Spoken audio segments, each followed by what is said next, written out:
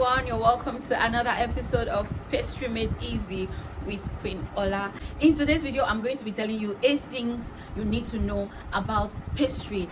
Just as the saying goes, where there is no law, there is no sin. Hence the reason why I have been able to put together from my experience some of the things you need to know about pastry, so that you are going to have a smooth and easy journey. They call me Quinola, Quinola. Number 1, do adequate research about your pastry. And one of the things research helps you to do is that it shows you the differences and the reasons why you have whatever it is you want to put inside your bowl.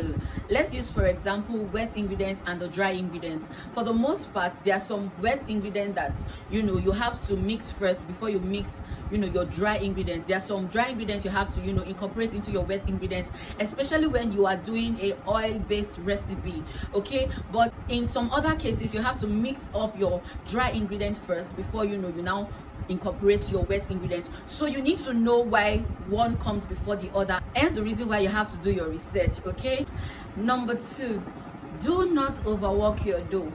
The reason is because your dough will become very, very sweaty, and it will get to a point where it will become so thick and crumbly. The remedy to this is actually allowing your dough to rest after a little bit of stretching it out and mixing. Okay, after kneading for some time, you allow your dough to rest. The third thing I would like you to know about pastry is that putting too much water at the beginning of your mixture could ruin your pastry. Okay, putting too much water at the beginning of your mixture could ruin your pastry. Hence the reason why you should be able to pour your water little by little until you get the perfect consistency. Another reason why you shouldn't pour in all your water at once is because some flour are softer than the other. Let's say, for example, you are using a particular brand of flour, and in your recipe you are to use 250 ml for the water consistency to for you to get it right.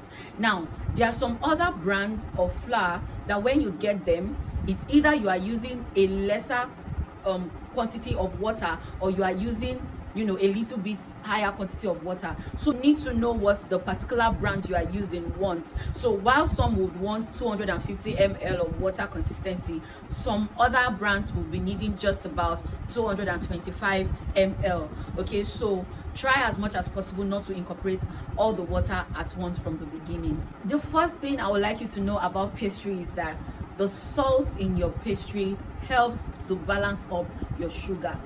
Sometimes if you realize that you made a mistake in your the quantity of your sugar and all of that, now if you are going to be frying, for example, I will advise you put a little bit of salt in your oil so that it will balance up the sugar level in your pastry. Fifth rule about pastry is that you have to roll your pastry away from yourself on a lightly floured surface. Okay, if not, you will not be able to balance up your edges. You will not be able to balance up your edges if you are always rolling it to yourself. Okay, but if you are rolling it a little bit or slightly away from yourself, you will be able to balance up the edges of your pastry. Another thing I've learned about pastry, especially for those doing pastry business, is that you should always produce at least 2 times more than what was required. Reason being that you are actually saving up for the rainy day. There are sometimes I post a particular product online and I'm like, oh, before the next day, by so and so time, let's say by 12 p.m. for example, before the next day, I would like to take in orders for a particular product. And sometimes I get my orders, and by 12 p.m. it is expected that the order would close, and then by 12:30 or 1 o'clock you get an emergency order. Right now, me having to save up for the raining day, or me having to produce twice the quantity required from my initial vendor, would obviously help me to deliver and not give excuse to the person that orders in 30 minutes and all. Okay, so it is very, very okay for you to save up for the rainy day. The 7th thing I would like to tell you about pastry is that you can be very, very flexible with your measurements.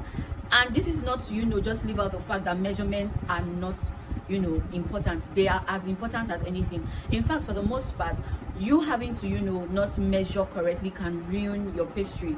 But it's also okay for you to, be flexible about your measurement. Okay, now let's use chin chin for example. Okay, I don't even know why I'm saying a lot of chin chin, but anyways, let's continue. Now let's use chin chin for example. Chin chin is actually a product that you can, be very flexible with the measurement. Okay, and the same measurement you use for your 1 kg of chin chin is the same measurement you are going to use for 1.2 kg of chin chin. Okay, the same goes for meat pie. Okay, so you can be very, very flexible. Now the last but not the least is actually prayers.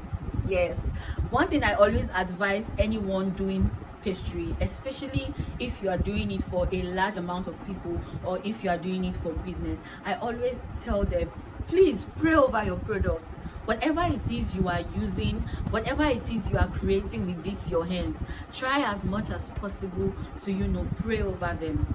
Okay, you could pray before you start your work, you could pray after, you could even pray in the middle. You just ensure that you saturate your kitchen or whatever it is you are doing with your dough in prayers. Just make sure you do that. Okay, have a free spirit. When you have to be creative, you have to clear your mind. I would always recommend just listening to songs to clear your mind. People actually do overwork their dough because they're already lost in thoughts, because they are thinking of something.